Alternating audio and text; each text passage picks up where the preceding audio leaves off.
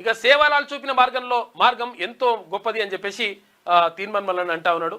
సంత్ సేవాలాల్ జయంతి సందర్భంగా నిన్న మొత్తం కూడా రాష్ట్ర వ్యాప్తంగా వేడుకలు జరిగినాయి.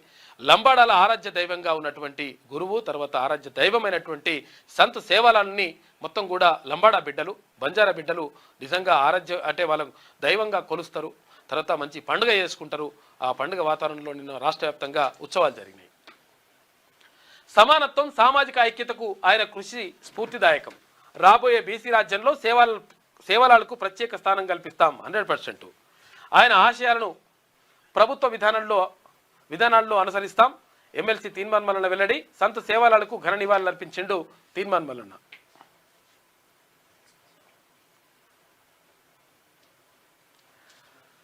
శ్రీ సద్గురు సేవాలాల్ మహారాజ్ గారి 287వ జయంతి సందర్భంగా తెలంగాణ రాజ్యాధికార పార్టీ అధినేత ఎమ్మెల్సీ తీన్మాన్ మల్లన్న ఘనంగా నివాళులర్పించారు. ఈ సందర్భంగా ఆయన మాట్లాడుతూ శతాబ్దాలు గడిచిన సంత్ సేవాలాల్ మహారాజ్ గారిని బంజారా జాతి మరవకపోవడం ఆయన చూపిన ధర్మ మార్గం సేవా తత్వం ఎంత గొప్పదో తెలియజేస్తుందని అన్నారు. సమానత్వం నైతిక విలువలు సామాజిక ఐక్యత కోసం ఆయన చేసిన కృషి తరతరాలకు స్ఫూర్తిదాయకమని పేర్కొన్నారు.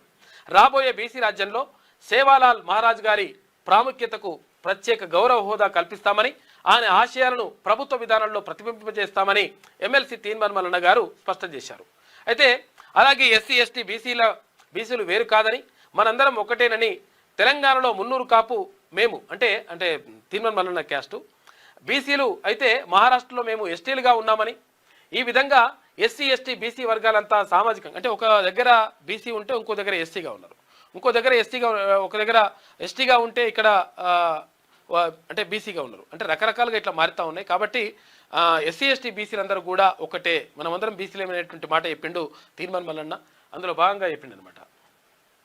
ఈ విధంగా ఎస్సీ ఎస్టీ బీసీ వర్గాలంతా సామాజికంగా ఒకటేనని మనం బలమైన శక్తిగా నిలవాలని ఆయన స్పష్టం చేశారు. ఈ కార్యక్రమంలో తెలంగాణ రాజ్యాధికార పార్టీ నాయకులు బంజారా సోదరులు పెద్ద సంఖ్యలో పాల్గొన్నారని చెప్పేసి ఒక వార్త కనిపిస్తూ ఉంది.